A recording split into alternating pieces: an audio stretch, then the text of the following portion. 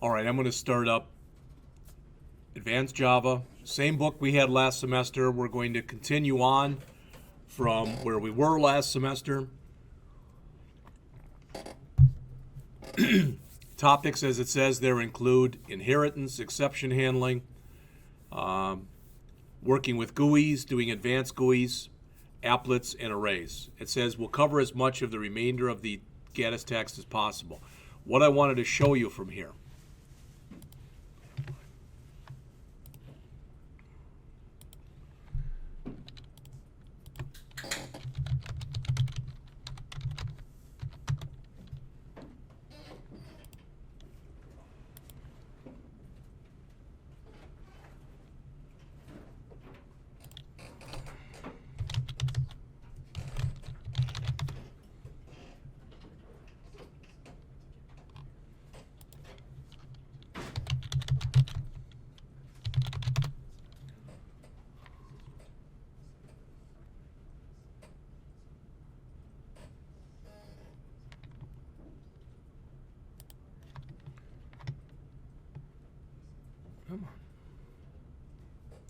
All right, so this is our book. If you look at the table of contents, and I wish they had one that wasn't this big, but last semester we did Chapter 1, the Intro to Computers in Java, Chapter 2, Fundamentals, Chapter 3, a first look at classes and objects, Chapter 4, Decision Structures, Chapter 5, Loops and Files, Chapter 6, a second look at classes and objects, Chapter 7's Arrays in the Array List class, and we finished up with Chapter 8, Text Processing in the Wrapper class. We're going to start up today on Chapter 9. What I'm going to do is we're going to do a program as a class for Chapter 9. We're going to do that today. Ideally, we'll get through the entire program. If we don't, we don't. Then on Thursday when you come in here, we're going to do a program on Chapter 10. Okay? Then I'm going to give you an assignment that's going to incorporate both Chapters 9 and 10. Does that make sense?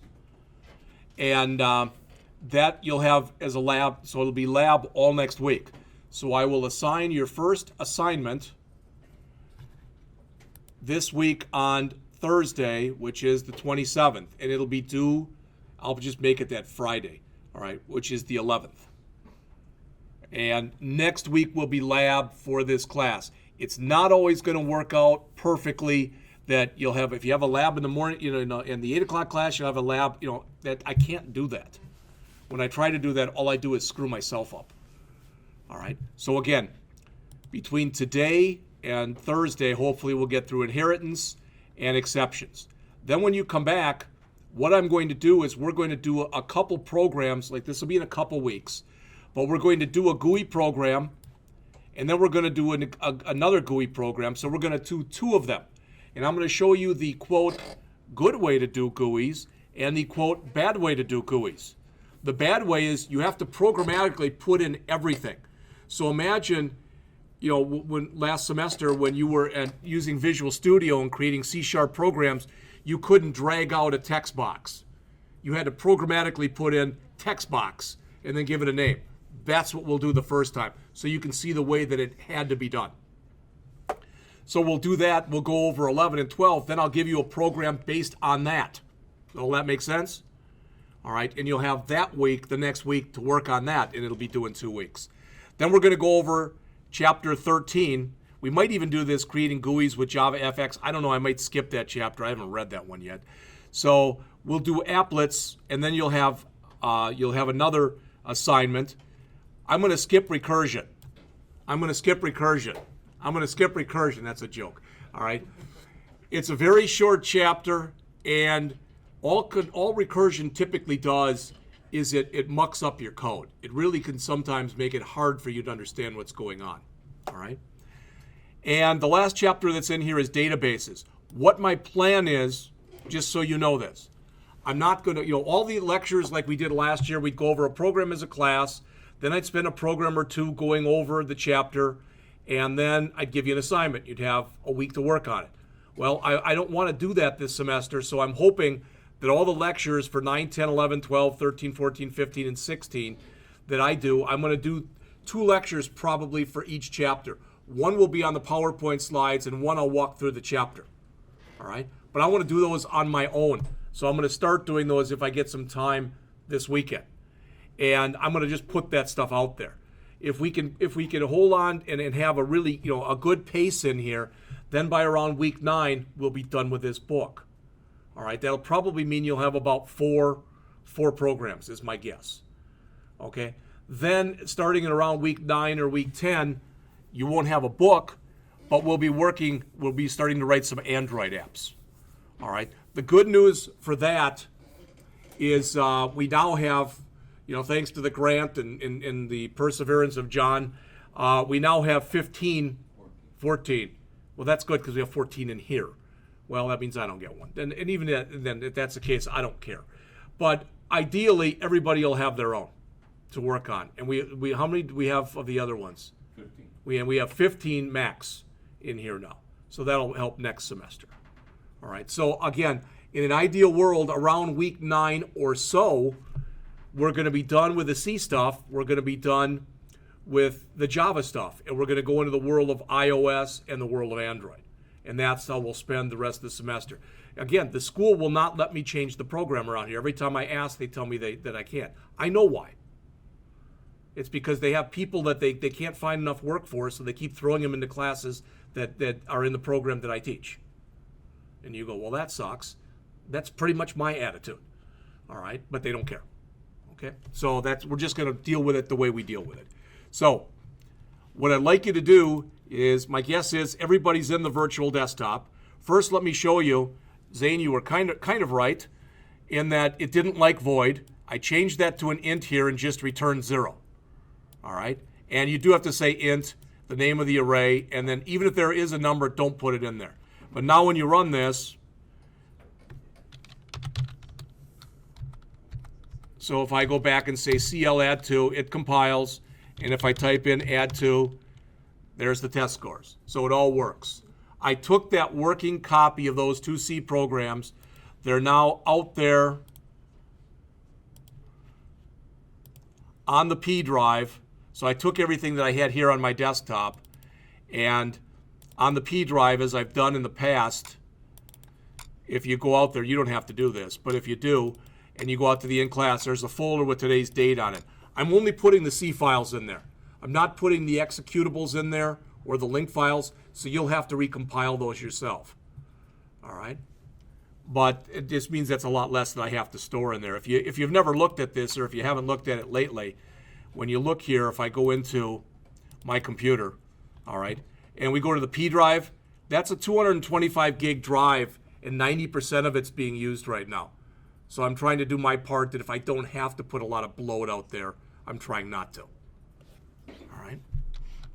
All right, so I'm going to take for granted that everybody is out there on your virtual desktop. All right, when you're out there on your virtual desktop, what I'd like you to do is to add a new folder out onto the virtual desktop, and for lack of better words, let's just call it Java. All right, so just add that folder out there. I should mention to you too, and John's still working on this, we're going to try something with you guys that I've never tried before in 3 years of teaching Android. And that is, between John and Adrian, they've loaded the latest and greatest. We're not going to be using Eclipse when we get to Android. Hopefully we're going to be using Android Studio, because that's what's recommended to be used right now for Android applications. All right, and if we get it to work, great. Then we use it this semester and next semester for the class. So when you get out of here, and if your goal is to get a job as a mobile developer for Android apps, then you can tell people that you've got Android Studio experience. All right. So I don't need this up anymore, so I'm just going to close that. I don't need that up anymore, so I'm going to close that and that. Don't care. All right. As you can see, if I have too much stuff open, and maybe you have that happen with you, maybe you don't, but the desktop, the virtual desktop especially, starts to grind to kind of a slow halt. So I try to have as little stuff running as I have to have. So let's start. Let's go to all programs. And we've got Eclipse up here. Everybody see that? Again, you might want to take it and drag it out to your desktop and create a shortcut. You go, I don't want no stinking shortcut. Then don't do it. All right, it's up to you. But start up Eclipse. Hopefully this will come back to you. We're actually doing a simpler program. I was going to give you a harder one, but I thought I want people to get back into the flow of this. All right? Because if I asked, if I said, how many of you actually looked at this and did some Java during the summer, and if 5 or 6 of you raise your hand, I go, now seriously, how many of you actually did some Java this summer? Probably it would be very few of you. All right? I didn't do much either. When they gave us the shell for the virtual desktop last week, I created a couple simple Java programs just to see if they worked. All right, in the new virtual desktop. So, all right, remember this? This is our welcome screen. We can close that right away. And it's going to be something for me too, because like I said, I've done very little with this. This is what we're going to do, just so you know. If you have your book available. If you don't, or if you don't care, that's fine. But in Chapter 9, we're going to be going through the bank account and savings account classes that are on pages 677 and 678. I'm going to give you the code, and we're going to write that now as a class.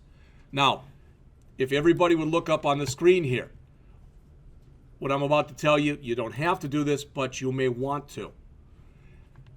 All right, out on the P drive for this class,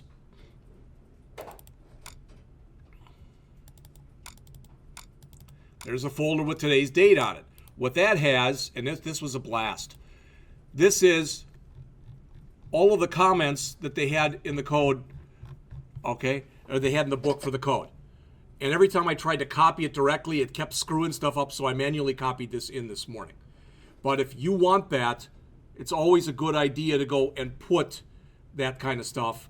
So this is, the bank account stuff is lines 1 through, I don't know, looks like about 50, and then 51 through almost 100, all right, 51 through 88, that'll go in the other class. We're going to create 3 classes in this program, all right? And if you say, I don't have a clue as to what you're saying, then just watch what I do. How's that? So we've started up Eclipse. Yes? We have to change their workspaces, because right now it's just pointing to the H drive. Thank you. Yeah, that's a good start. Let's change our workspaces. And if you remember that from last year, we go to File, and we go down to Switch Workspace, and it's set right now. Mine's set to the H drive. I don't want that, so you just choose Other. Everybody see that up on the screen here? File, Switch Workspace, and go to Other. And those of you who are kind of remoting into this class, I'll trust that you know how to do that.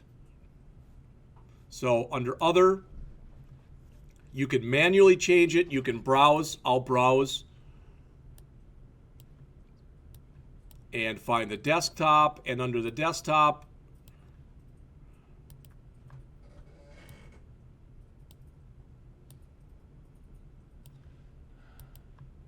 I've got a folder named Java.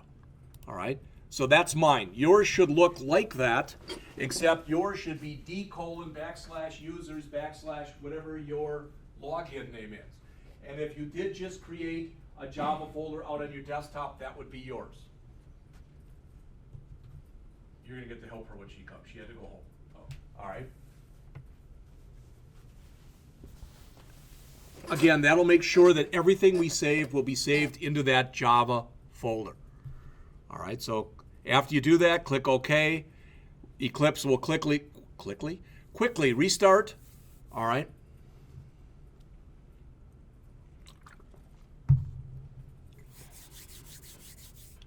And we're back at the welcome screen. So we're back right where we were before. Do we have to do anything with this? If you go up to Preferences, yeah, just close that. Okay, and then put in C:/ Here?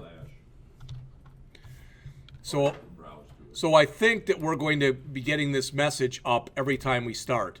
So again, just to show you this, I'm going to restart Eclipse. So if everybody would just take a second and look up here. So when you start Eclipse up, you're going to get a message that comes up whenever you start it. That SDK one? this. If you want that, if you got that message, if you didn't get it, then just don't listen. You can raise your hand and say, what if I did get it, but I don't want to listen? Then don't listen too. All right? But I'm going to click Open Preferences, and up here we have to tell it where the SDK actually lives. And that was where? Well, if you browse to it, it should be right on the C, under root in the C drive. Probably, yeah, okay. So,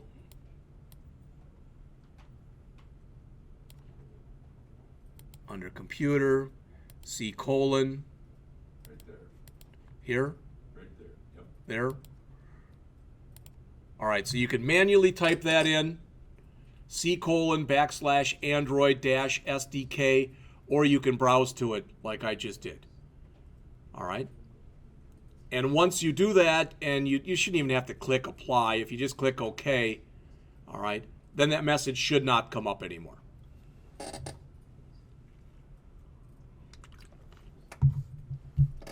Everybody cool with that? We're all together here?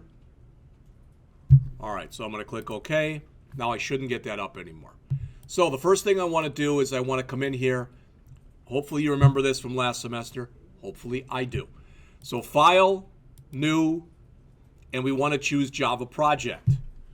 If for some reason, because it occasionally happens, it doesn't show Java Project on yours, then go down to Project. And one of your options down there should be Java Project. But this is the fastest way to do it, is to just choose Java Project. Hopefully you remember this stuff from last semester. Please look up on the screen here. Make sure that your location is now correct. Because if you didn't change it earlier, it's going to still say H: or something that's wrong. Now, I shouldn't have to change this all semester. All right. So we're going to give this a project name. We're just going to call it Bank. B-A-N-K with a big B. B-A-N-K. All right? And remember, the rest of the stuff that's in here on this screen, we don't really care about. Now, if you look up on the screen here, you don't really have to click Next because all it's showing you is what it's building. So you can either do that and then click Finish or just click Finish. It doesn't matter.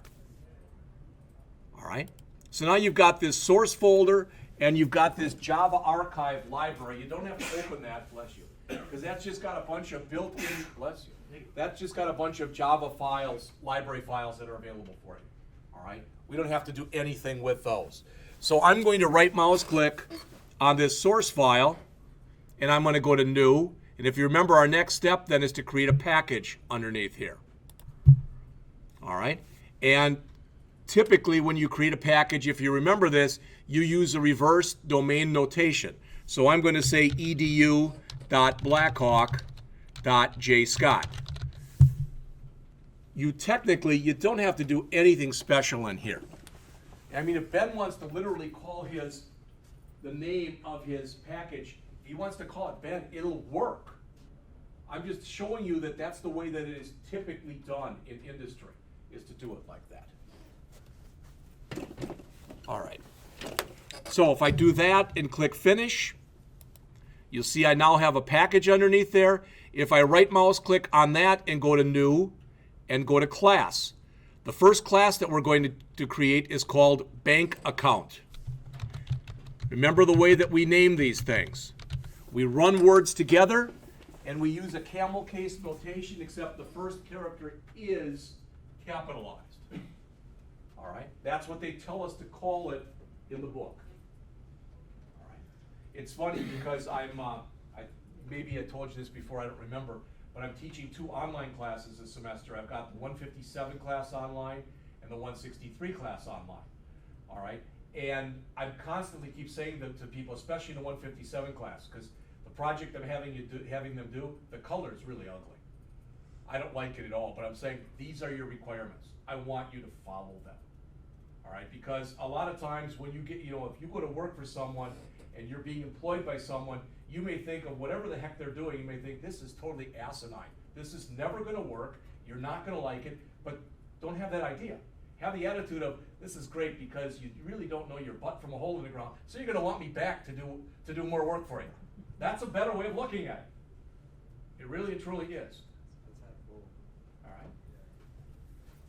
So we've got bank account. We don't need a main. We're going to rate 3 classes. Our third class is going to be called, we're going to have bank account. When we get done, we're going to write savings account.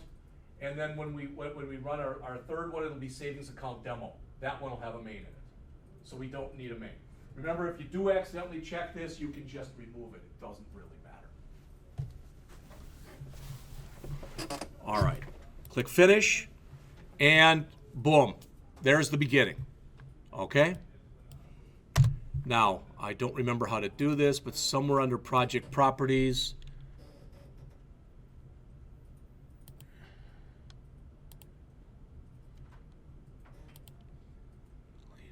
of course not.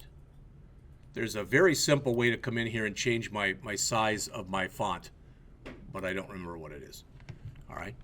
And I don't want to take time to go look online and find it. Can everybody read that okay for right now?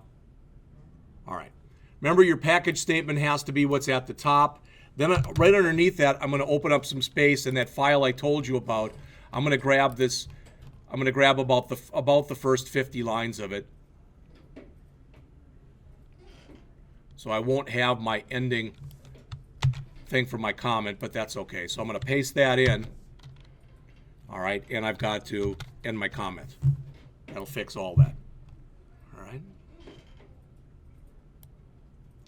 Again, I want you to at least get used to the idea that documentation is a good thing. All right? Because it's just amazing when you go out there and you see all the people who can code and know what the heck they're doing, but they do absolutely no documentation. All right? And I mean, there are many people in here that I can just tell from the work you've done in the past. You've got good creative minds. And you do something, but if you don't put down why you did it, and somebody else ends up maintaining your code, if they want to really find out why, then they're just going to keep bugging you. All right? So unless you want to make a new best friend of whoever that is who happens to be maintaining your code, I'd suggest that you start putting comments in. All right, so let's come in here and we'll start actually adding some code. I'm going to move that up. I'm just putting some blank lines in here. All right. Wrote this earlier, so let's see if I still have it.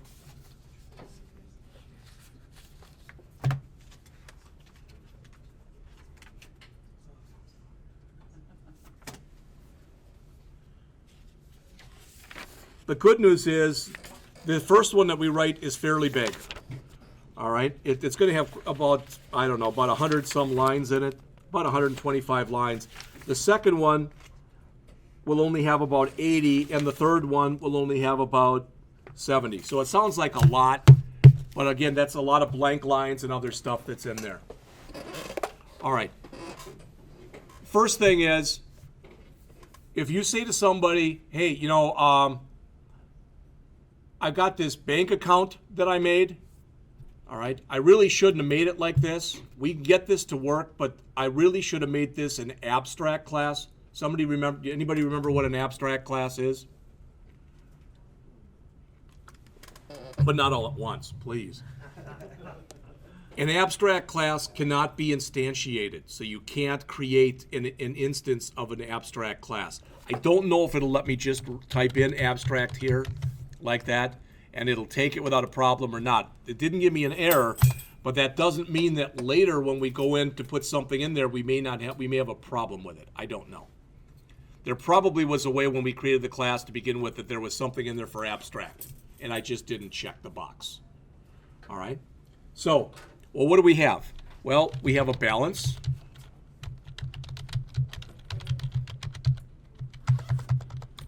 And that's our account balance.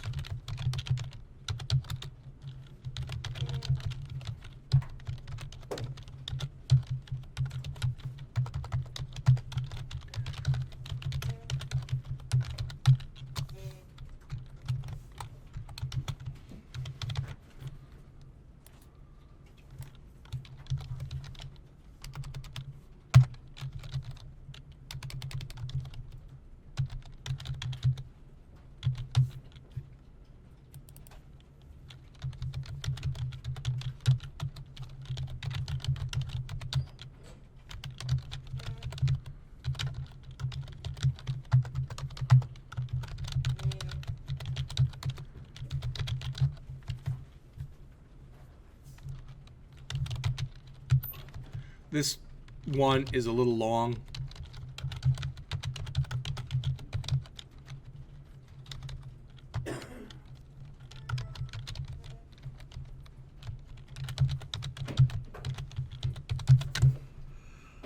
All right, good time to stop and save. And while you're doing this, I'm going to switch over. I'll come right back to it.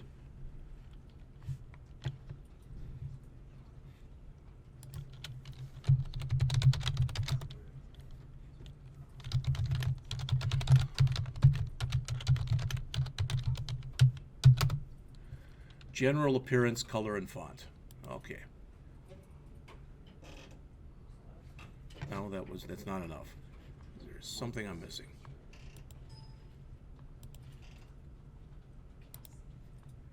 General appearance, colors, and fonts. Preference page. All right.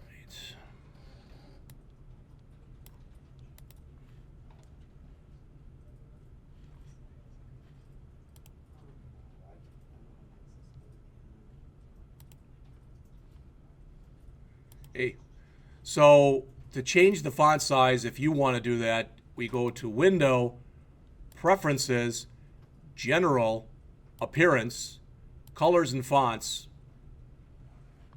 somewhere in there.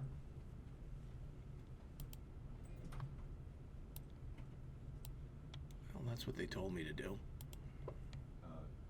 Expand basic, I think. Basic, Over on the right-hand side. basic. Text font, that looks like it. Text editor, come on.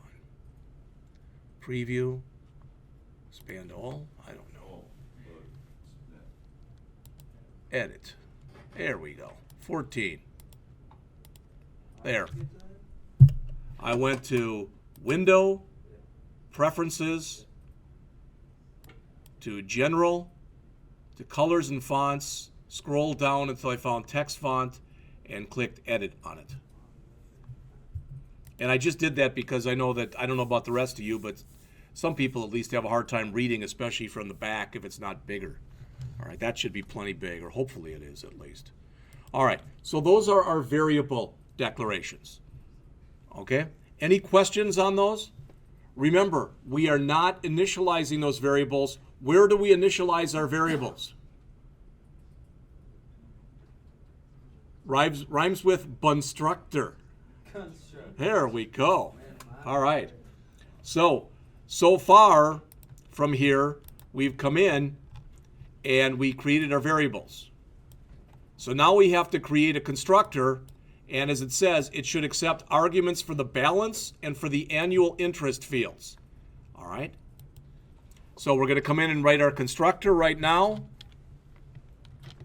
Remember, that constructor will have to be inside of our class. So we're going to, again, I'm leaving a little room here. All right. So public, what do we call the constructor?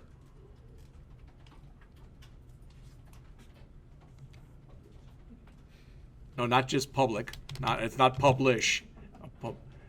We call it the same name as the class. Yeah, at least I didn't write pubic on there, okay? Because if I'd have done that, you would have all said, well, now we know forever what we're going to call this. All right. So we're going to have a double that's going to hold the balance, another double that's going to hold the interest rate, and another double, rather, that's going to hold, I think it's the monthly service charge. All right. So we're taking those values, and we're not doing num withdrawals, and we're not doing num deposits because we weren't told to in our specs. All right? So we're just initializing those in here. So the balance is equal to BAL. The interest rate is equal to int rate.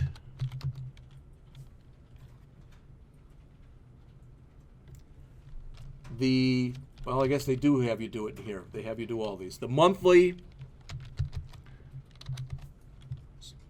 service charge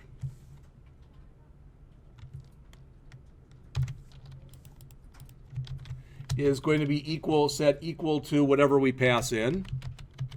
And our two num deposits and num withdrawals we're just setting equal to 0, so we don't have to pass those in.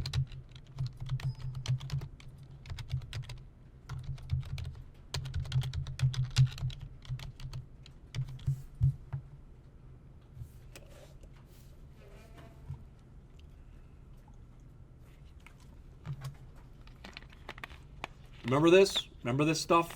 What it is, how it's used, etc.?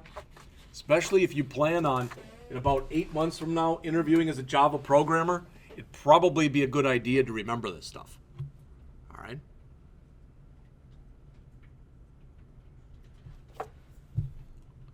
Questions? So we're passing in. This means that this is the only constructor that we have. This means that when we create an object, we're going to have to make sure we give it an initial balance, an initial interest rate, and an initial monthly service charge. Things that we pass in, we'll set those equal to those variables here and here. And the other two are just counters. And the reason we need the number of deposits and the number of withdrawals is we're keeping track of them, but that can affect the monthly service charge. All right? So, questions? All right. Then what else we're told to write in here? We're told, so we've come in here, we created our variables, we created our constructor. So we're supposed to have 3 more methods that we have in here. One that's called deposit, one that's called withdrawal, and one that's called calculate interest. And I guess it's a little further down too. All right. And one that's called monthly processing. So we have to write those. So once we've written those, then all we're going to have left are basically our getters and our setters, and then we'll be done. So we'll do those last because those are pretty simple to do. All right. So I'm going to come up here first, and I'm going to write public void deposit. We'll make it a big D. Double, and we'll call this amount.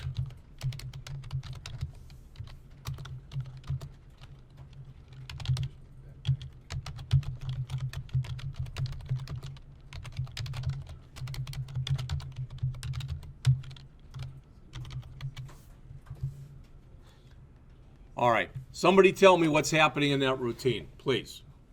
Taking the balance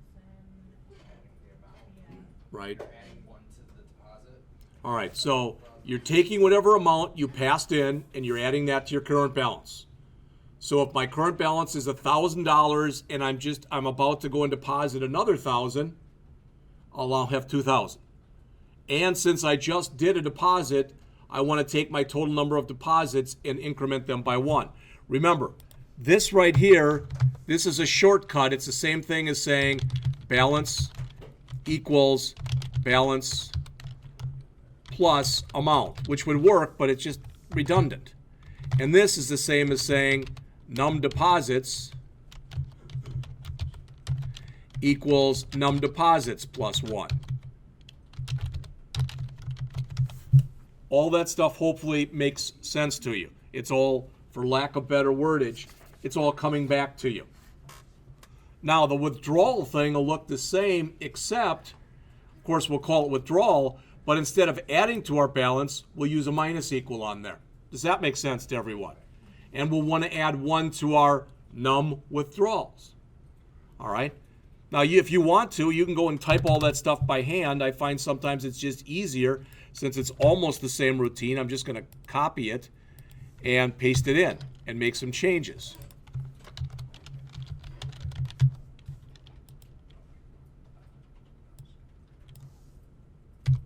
Be real leery if you do that. Make sure it's num deposits up here.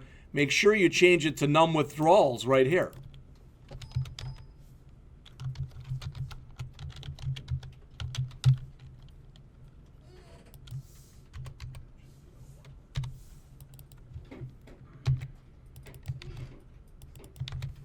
All right.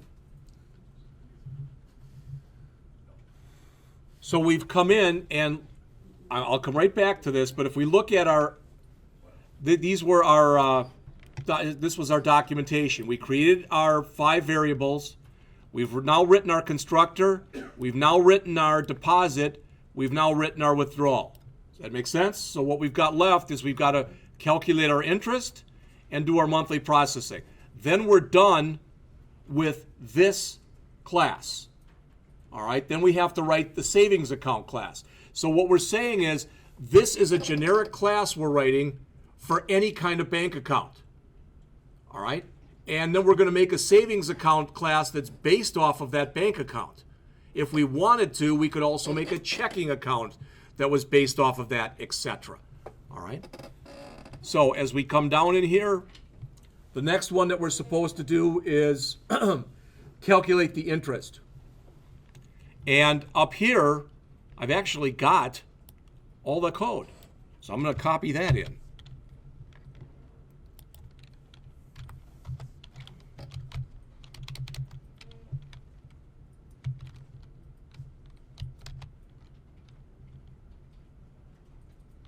And I'm going to make this one private. Anybody know why? It doesn't really matter. I can make it private or public. But anybody have any idea why I might want to make that thing private?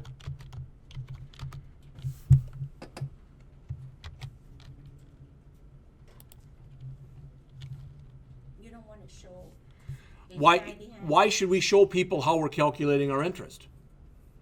All right, this is called a helper function. I gave you that example last semester where I said, as an example, I changed these names too much, so I'm going to get rid of them. But I gave you the example last semester where I said that, okay, I'm really thirsty. John owes me a favor. So I say, John, go over to the cafeteria and get me a Coke. And John doesn't really want to do it, but Eric owes him a favor. So he tells Eric to go over and do it for him, bring it back, give it to me, and then John gives it to me. I'm not the wiser, right? That's a helper function. Most of the time when you write helper functions in Java, you write them as being private. And calc inter is a crummy name. Calc interest is better. All right. Double. This is going to be my monthly interest rate. I'm asking you this. What is my monthly interest rate? So if my interest rate is 2% a year, how do I figure out what it is per month? 2% divided by 12. Thank you. All right. So it's the interest rate divided by 12. See, I knew if I kept asking enough questions, eventually somebody'd start answering them. Thank you, Amber. All right. Now, once we figured out the interest rate, now we can figure out the monthly interest.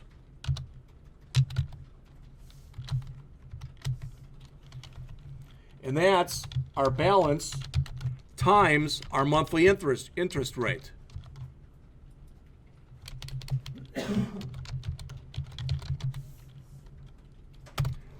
All right. Do both those lines make sense to people? So what do I want to do with that monthly interest? What's left to do? Add it to my balance. All right?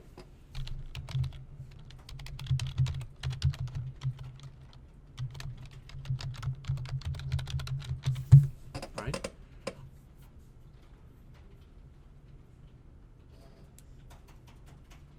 Now, I'm not putting in a lot of documentation. I should be putting in more, all right? But you'd probably want to go back and put in some documentation. And again, I'll tell you this. I can't say this to you too many times. That if you go and you apply at a place, if they ask for code samples, they will look to see how much documentation you've put in. If you literally have a 300-line program and no documentation, you will be remembered for that. I don't mean that if you've got a 300-word or line program, you put in an extra 300 lines of documentation. I don't mean that. But you might want to expand the size by maybe 10% and put in comments. I've at least put a couple in here, and I've got the ones up on top, which actually do a pretty good job of explaining what's going on. All right. All right, so the only one that's left on here is we have to figure out do our monthly processing. We can make this public or we could make it private. It really, it truly doesn't matter.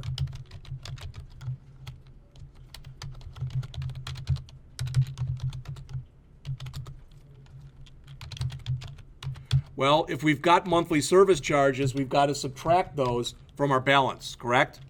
We owe something for whatever reason.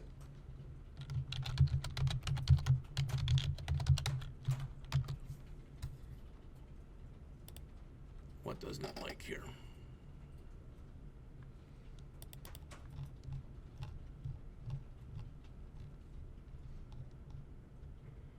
It's monthly service charge, not monthly service charges.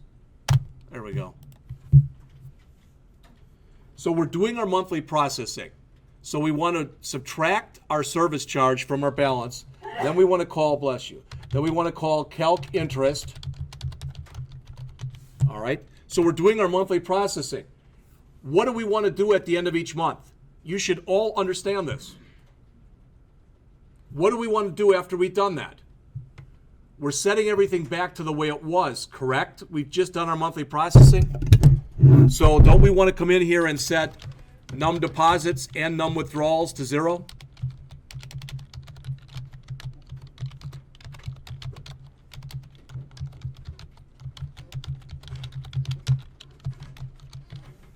So this is the stuff we're going to do at the end of each month. We're going to figure out our new balance, because if we had any service charges, we want to apply those. Then we calculate the interest. All right? And notice that we calculate the interest after we drop those service charges, because now as a bank, we're applying less interest, correct? We're going to have less interest because our balance will be smaller. At a minimum, it'll be 0 for that charge, but if there is any charge, okay. I mean, this is being written not with a customer in mind, this is being written with the bank in mind.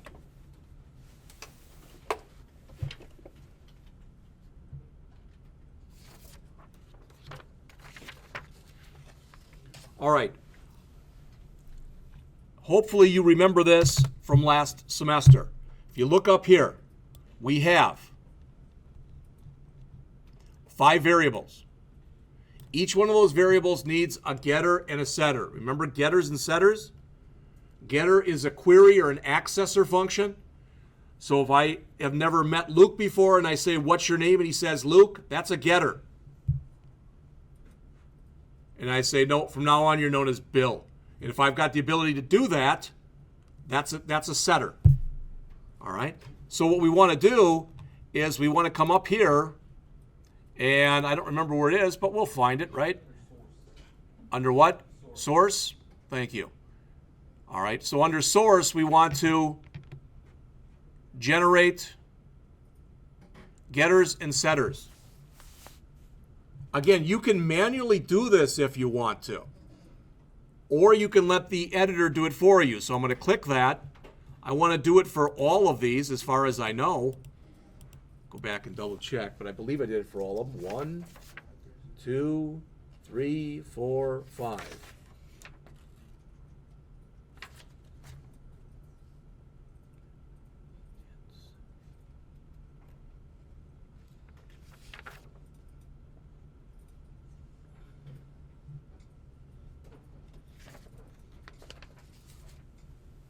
Now, before you do this, if you've already done it, okay. But before you do this, what do we want to do in here? Do we want to do getters? Do we want to do setters? Or do we want to do both? I'll give you a hint. It's not both. Aren't we already setting the balance someplace else? Yeah, we want to do getters. I don't believe I have any setters in here. Well, here's one.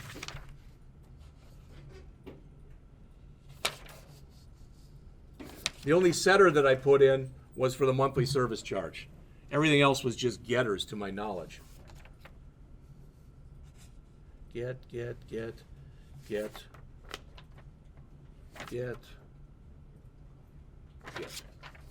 All right, so I'm going to select getters. All right, and click OK. Now, if you did that and you put way too much stuff in here, well, it doesn't look like it did anything. It got rid of them. It got rid of all the other code that I had. Oh, there it is. It's up here. So put it up on the top. I want to put that down at the bottom. So do you want a setter for monthly service charge? Yeah, I'm going to add that. All right, so I'm going to come way down to the bottom here, and I'm going to add all that stuff there. So I've got a getter for my balance, a getter for my number of deposits, a getter for my number of withdrawals, a getter for my interest rate, and a getter for my monthly service charge. All right? Again, because I'm anal about this, I like these to be on separate lines.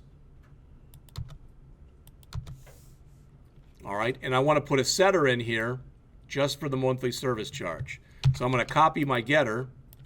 I'm going to paste it in. This one will be public void, and it'll be set monthly service charge, and it'll be double M, and I'll say monthly service charge equals M. I could say MSC for monthly service charge, etc.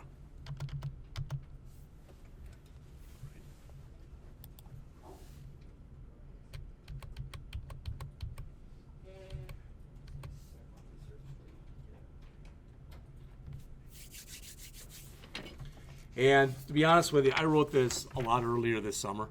So if you say, why'd you do this? I can't tell you. Because I don't remember. All right, that's it for the first one. Before we go on and create our bank account, probably is a good time for a break. All right, again, this one will be about 75 lines, and so will the next one. So let's take a break. It's 10:47 on this clock here. Let's come back at 11. And what I'll do is I will make sure that when I get done with this, I will save this out there. You don't have to turn this in.